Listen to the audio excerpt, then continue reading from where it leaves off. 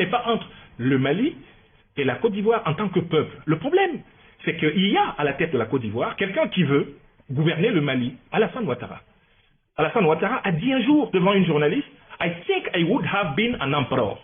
Pour Alassane Ouattara, et vous comprenez le lapsus de tout à l'heure, il faut que le Mali se soumette à lui, le Burkina se soumette à lui, le Niger il se prend pour le super président d'Afrique de l'Ouest. D'accord? Et donc, il a récupéré des opposants maliens pour déstabiliser le Mali. Alors, maintenant, revenons au fond de votre question. Oui. Les 49, sont-ils des mercenaires, oui ou non? Pour cela, cher monsieur, on devrait avoir la définition de ce que c'est qu'un mercenaire. Oui.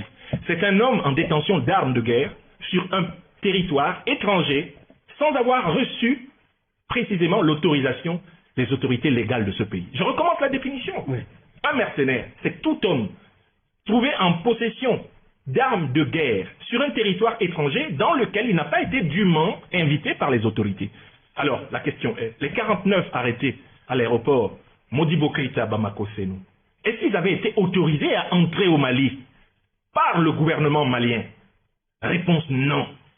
Quand vous n'êtes pas autorisé à entrer dans un pays, qui plus est avec des armes, et qu'on vous arrête dans un pays avec des armes, quelle est la définition intellectuelle et juridique qui correspond à votre situation? Vous êtes des mercenaires. Maintenant, ils sont peut-être victimes, en réalité, de l'abus de pouvoir de M. Ouattara, parce que j'ai mon idée sur l'affaire. Oui.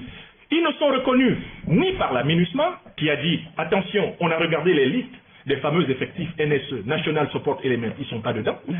Depuis 2019, malgré l'existence de la Convention, la Côte d'Ivoire n'a jamais adressé officiellement au Mali la liste des éléments NSE qui travaillent, soi-disant, à l'accompagnement du contingent ivoirien de la MINUSMA. Premier point. MINUSMA dit non.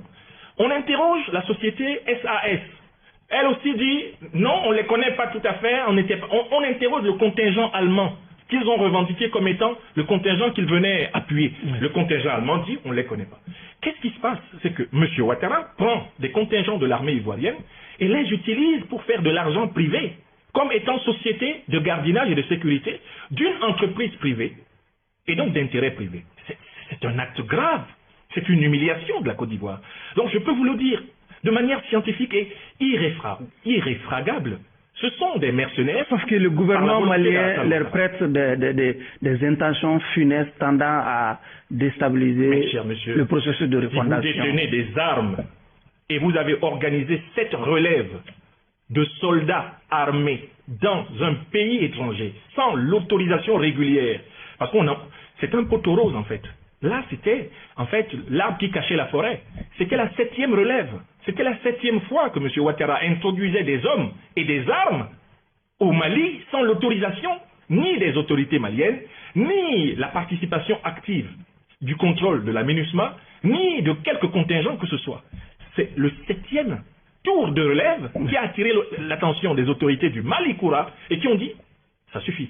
Donc il y a déstabilisation dès lors que vous prenez l'habitude d'introduire des hommes et des armes dans un pays voisin sans respect des autorités locales. C'est un fait de déstabilisation. Laissons la justice de ce point de vue faire son travail. Mais le président Guillaume Soro, oui, encore lui, a produit un communiqué, oui, dans lequel il invite à privilégier une solution négociée au problème. Vous savez à qui s'adressait ce communiqué?